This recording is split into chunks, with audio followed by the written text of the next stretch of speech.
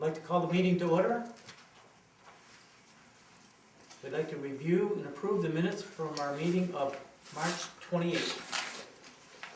What is your desire, folks? Move they be approved as Another presented. question. Yes.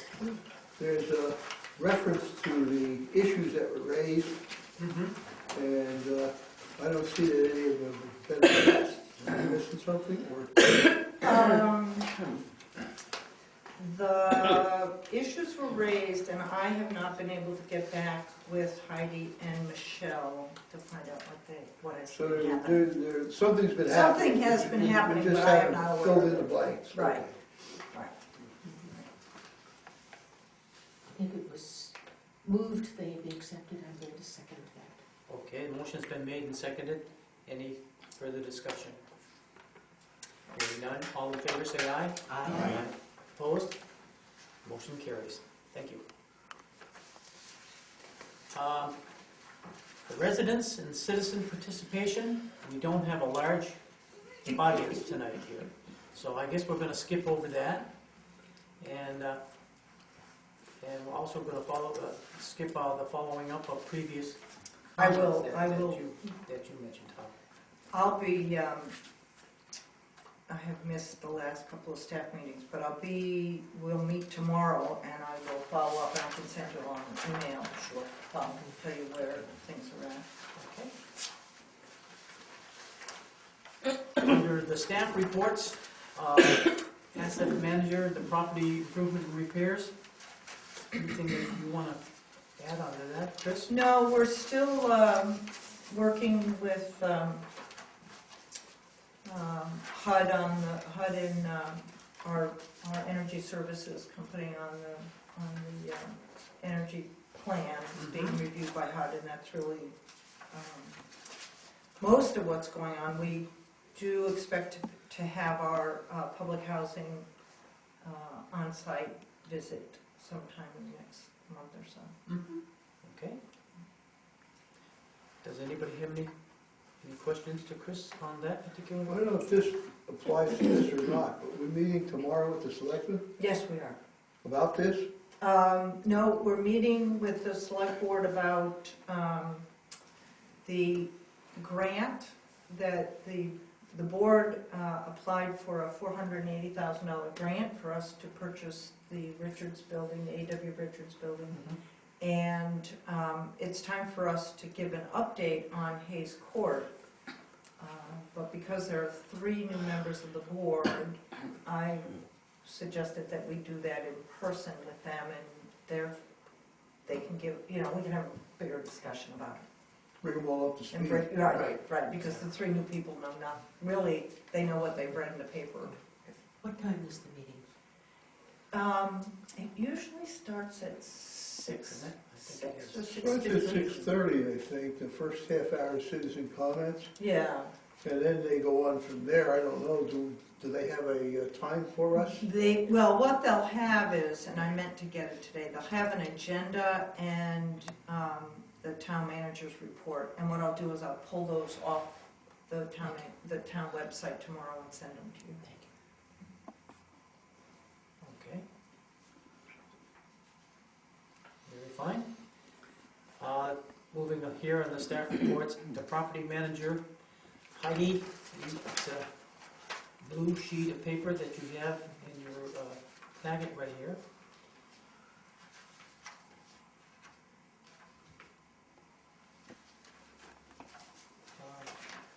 Just a general updates. In her report on the first bullet, giving a lot of thought to the smoking policy, she talked about enclosing an alternate plan, which And I it's don't see. not. Right.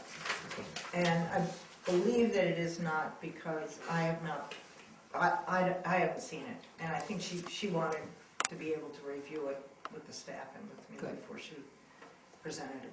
So we will have an alternate plan. I haven't even seen it. And thinking about recycling. Sandy and Heidi are the process of rolling out a recycling program Mhm. at Edgewood Heights and Moore Court. Yes. It's really good to see. Yeah, it's more difficult than one would think, Mhm. but they're I've been observing that. picking away at it, yeah. I think it's more important to tell them what's not recyclable than what is. Mm-hmm. Does anybody have any other comments on the blue sheet of paper here, on Heidi's bailiwick? Okay. And the resident service coordinator, on a purple sheet right here, with a little bit of sheet listing all of the different functions. Yeah. Michelle has become very involved in the, I think it's called the Wyndham County Hunger Council. And I think it was, well, for the last few weeks, she's been going to a lot of conferences where she's been presenting our summer food program as a model. Yeah, they really are very impressed with the work done here. So she's been very, very busy with that. She sent me an email and said, oh, I forgot to tell you, I have to go give another presentation tomorrow. And I said, okay, so you're our #1 foodie. That's good. Yeah, it's very good. Yeah, she's got a very exhaustive list here, and I'm sure that's not the only thing she does. Oh, no. This No, no. is just the highlights. Yeah, And 39 individual meetings yeah. Mhm. in March and 42 in April. That's a good list of Mhm. different Yeah. projects. Yeah. Okay. Now with the Section 8 Shelter Plus Pathways, David's area. This is on another pink sheet in your packets. Did anybody have any questions or any comments on that? Do you know if all our people that were in the Brooks House with Section 8s have finally found? They have, good. And if you're at the board meeting or watching the board meeting tomorrow night, I had a conversation with Barb Sundeck, and she said that David has been indispensable in getting everybody housed. And I noticed he Really? mentioned in here that he's been serving as liaison, so He's it's been more great. than just that. Oh, yeah, it's Good. not just our people, it's everybody. So Oh. he's really, He's probably in a very unique position of being Mhm. able to do that because he's, Right. that's what he does. That's right. He's fine. yeah. And he knows the landlords, he has good Mhm. relationships with landlords, he knows vacancies. And he knows the buildings, which is not everybody does. Yeah, so he's really, Mhm. really gone over and above. Mhm. So, And with the catastrophe that we had down at Brooks, it was nice to have somebody like that yeah, to, yeah. to be able to. And he step just up. jumped right in, Exactly. which was great because I wasn't around, and I think I came into the office one day, that 1 or 2 days, and David said, well, I just jumped right in. And I was like, thank you. Just want to comment on his working with youth services Yes, in their attempt to develop a 10-unit SRO building. yes. That I'm very interested in that and feel that this is an important addition, even though normally one doesn't want to see a single room occupancy facility. I think particularly with youth services, it's filling a need in the community. Mm-hmm. Very much so. But there he says it's still fluctuating, so there's nothing formal. Any sense as to how far along it is? Well, youth services is putting the program piece together, and then the people that have the building have to do a lot of work on that piece, and then where we're coming in is really on the Section 8 assistance. The first question was, well, can we really put project-based Section 8s in there? How do, so we had to go through and find all of our things and what does that mean? And it's all come out very positive, which is great. So it's just making sure that those three main streams of work are, moving along. Is Youth Services looking to buy a building, or are they looking No. to have just someone else own the building and use the building exclusively? It would be somebody else's building. Okay. I've, in my comments that I found on the Brooks house is, I guess it was really only being one casualty that they had. I guess the restaurant, the Italian restaurant, is not Is going to, closing. yeah, it's going to close, Yeah. which is sort of sad, because I thought that they were doing a good job. But I guess their feeling is that just too much damage, and then the equipment, and it would take too long to bring it back up. So that is sad.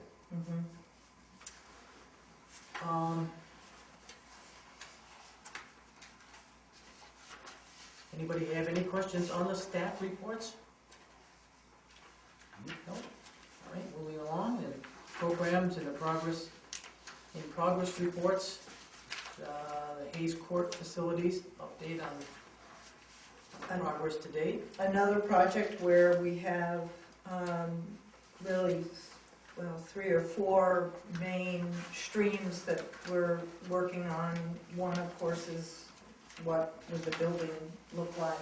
The other is the SASH program that we're very actively working with BMH and the other demonstration sites on. Another is, of course, the funding, which is really key, and the regulatory issues. So we're working really very focused on all of those, and it's going to be a matter of seeing if they all twine together. Has anything come out of Washington yet that looks like it's going to seriously jeopardize our funding? The first thing that worried both Mary and I a lot was if they actually went after our reserves.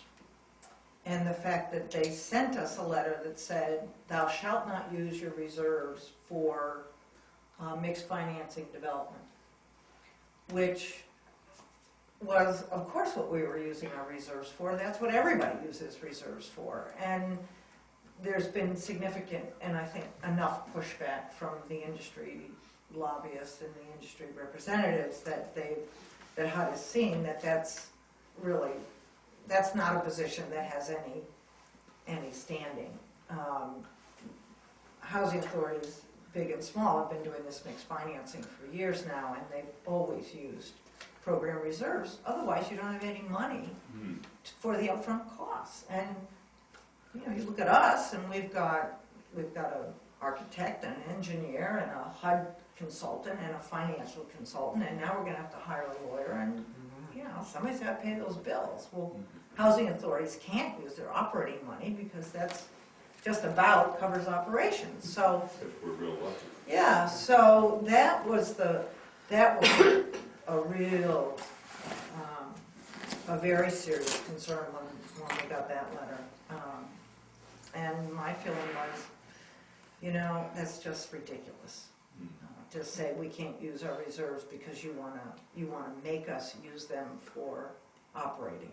And they, really the big drum was what you're doing is you're punishing housing authorities that have done a good job managing their programs and managing their assets. That have reserves.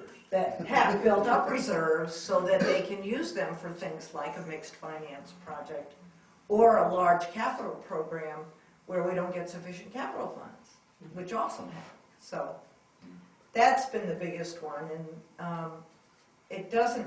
While the operating reserves is reduced, it's reduced to about 87%.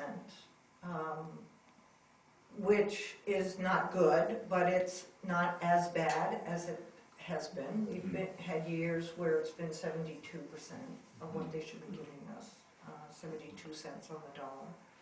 So that's not good, but it's, we certainly know how to manage through that. The capital fund will be, if things go along, will be hit, and that will have an impact on Hayes Court, because we want to use the capital fund as a form of financing. And what that means is that we will have less capital fund to spend on projects in other places. So we're looking at that, and that's something that we're really analyzing quite closely now, and talking with the HUD capital improvements folks about. Would we be allowed to solicit funding from the public? We could, we could not use our nonprofit, because our nonprofit is not the developer. The housing authority is the developer, the nonprofit is in the partnership, so that, we could.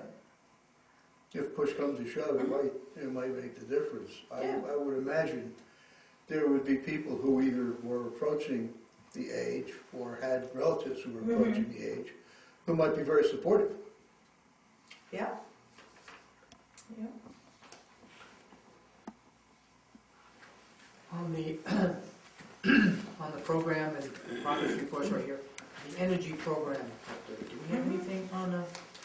Well, that's what I mentioned briefly. That is with the HUD reviewers again in Washington. Right.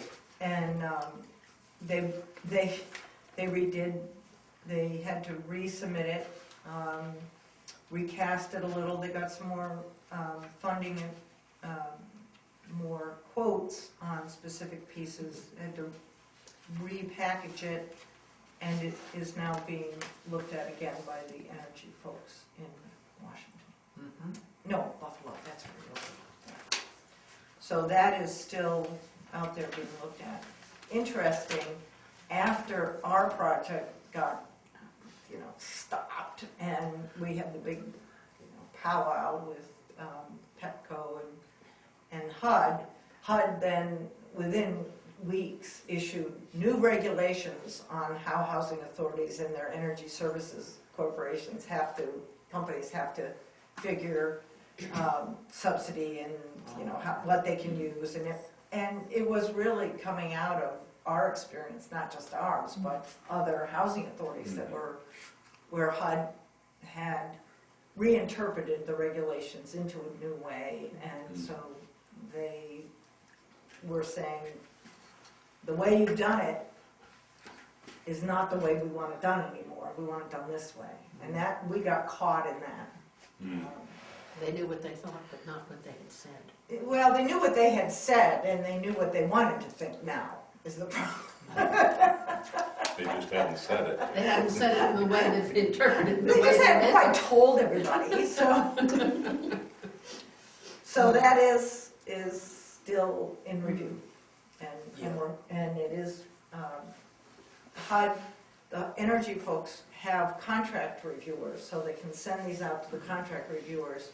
And one of the things that one of the main people in the HUD energy office had said was that he would not send it out to a contractor. Then he thought he might, and now he's decided that he's going to keep it, which is good, because he's the person that we've been talking with. And But it isn't a dead issue, though. No. That's- Oh, no. it's just No, and in It's a fact, bump in the road. yeah, I mean, the Petco people went to Buffalo. They had a long meeting with the HUD folks. They've really done a lot to sort of regroup and get everybody on a good footing. Because this isn't the only place they're running into that problem. Right. That's true. Since that's what they do. Right. We had a couple of pieces in our packet here too, on the Ann Wilder Richards building, and after the merger, the building became vacant. And I guess these are just little tidbits. Well, this was in the, possibilities. this was in the Federal Home Loan Bank annual report. Right, Oh, was it really? Yeah. Oh, Yeah, yep. yeah. And, that's a feather in our cap. yeah, they came out and they visited the building, and as you can see, they spent some time with one of our residents. Yeah. Near and dear to all of us, Yeah. and, And that resident was a past commissioner. that's right. She was sitting over where you ladies were sitting. Yeah. Marion. Yeah, Yeah, so that was really nice. yeah, it was very nice. Not that those are assigned seats for the. I'll make that abundant. Thank you. You can switch seats. Yes. I have. Yeah. I considered being here, but oh dear. Okay, well, I guess we're skipping along here. We're moving it down to the vacancy reports. So this is the big green sheets, and this is the year-end vacancy report.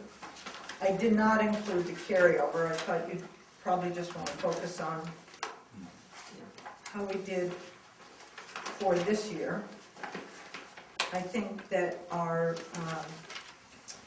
vacancy days have stayed about the same, which is really good. And as you can see, our number of vacant units was up by 14. So that's the highest that we've had in 6 years. It's quite high.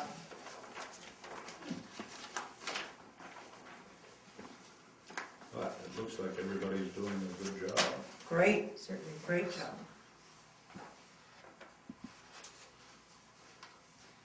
That is a constant problem. You know, I can't call it a problem, opportunity, I guess you could call it. But it's amazing how well we do that. Mhm. People in and You out. do a great job. 51 units turned over in 2010, Mhm. and already 65 as of the 31st of March. Well, that's our fiscal So that's the year. fiscal year, So- okay, so so- that would, that Yeah, that's that comparing. puzzled me that, Yeah, no, this is, so we did a total of 51 in fiscal year 2010, right. and we did a total of 65 Mhm. in in this year that we just closed. I was thinking calendar year, and Yeah, that that would be scary. would be scary.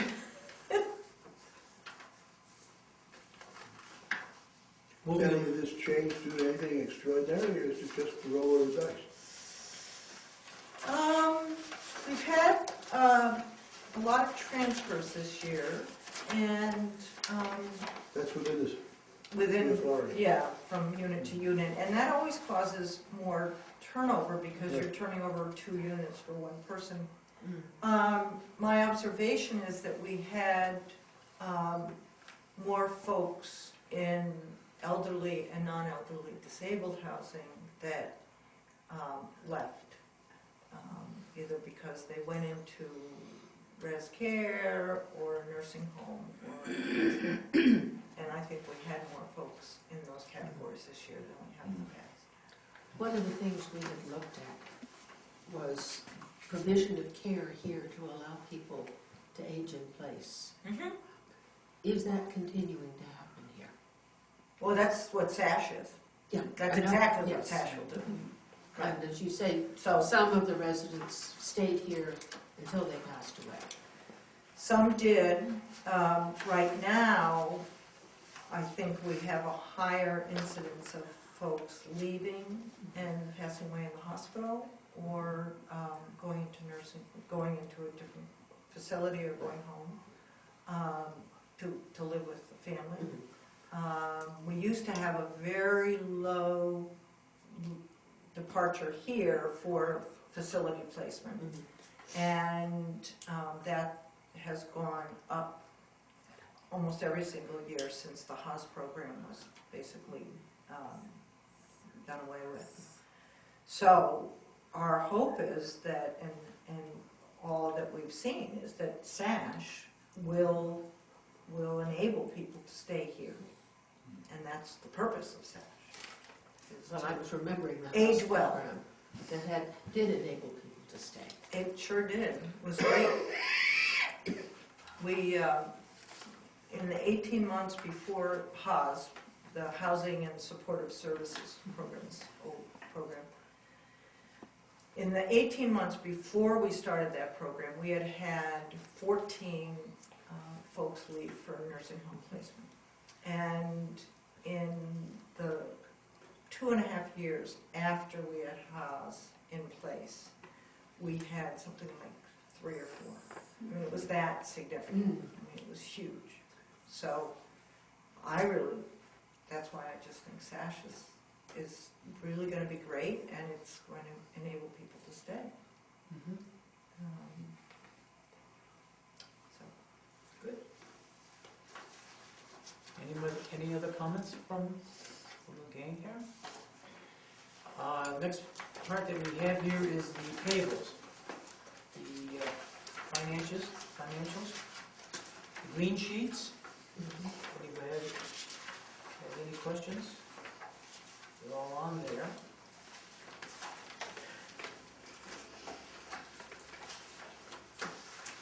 And looks like our check signing, Marshall, you did the month of April. Yes, I did. Okay. And now that we're in the month of May, If you look at the minutes, they do go does it say? in Did I miss the that? last minutes of the, May, Janet and Yes. Bill.